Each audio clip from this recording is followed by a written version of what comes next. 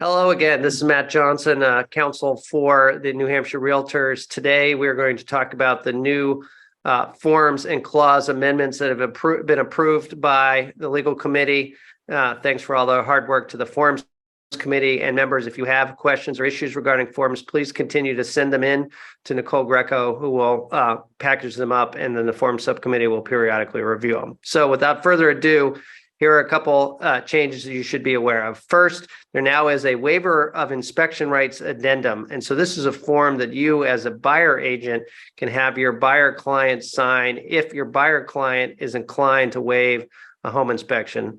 The goal of this form is to put the buyers on notice of the potential risks they face if they go forward without a home inspection, and also includes language where the buyer agrees to waive and release any claims against the buyer's agent or the brokerage firm related to issues that could have been found during the home inspection. So again, it's a good risk management tool. If you have buyers who want to waive the home inspection, I strongly encourage you to use this form to protect yourself. So the next form that has been added this year is a termination of purchase and sale agreement.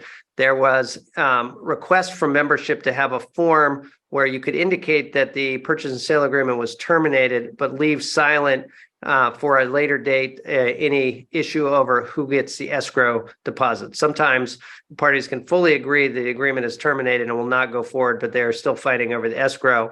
And this form allows more cleanly to create a situation where everyone understands and there's a document memorializing the fact that the purchase and sale agreement is ended.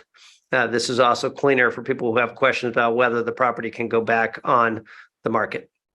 Next up, we're going to talk about one minor change to the purchase and sale agreement. There was a change to the purchase and sale agreement to add a new paragraph 21, which is a choice of law and venue provision. This was again brought about by member inquiry. There's a court case outside of the state where the parties were attempting to have the contract be interpreted not under New Hampshire law. So we've added provision to make any lawsuits about a dispute involving the purchase and sale agreement have to apply New Hampshire law, and it has to be the venue or the place where the dispute is resolved has to be in New Hampshire.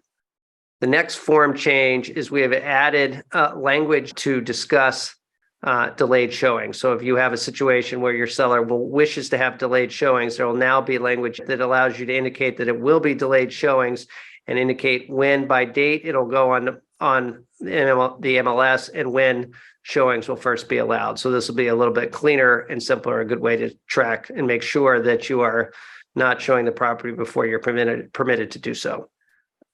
The next addition to the Realtor suite of forms is a new clause that we have added to the forms clause library. This clause allows a buyer to add a contingency for evaluating whether the local zoning or land use regulations permit the buyer to do with the property that which they intend to do. This clause does have some blanks that need to be filled in, so take special care and make sure that you think carefully about how you define what it is that the buyer is intending to determine they can do with the property. This may be one area where if you have questions, it would be advisable to consult with your broker and or your broker's counsel. And finally, the last change is an addition to the property disclosure form.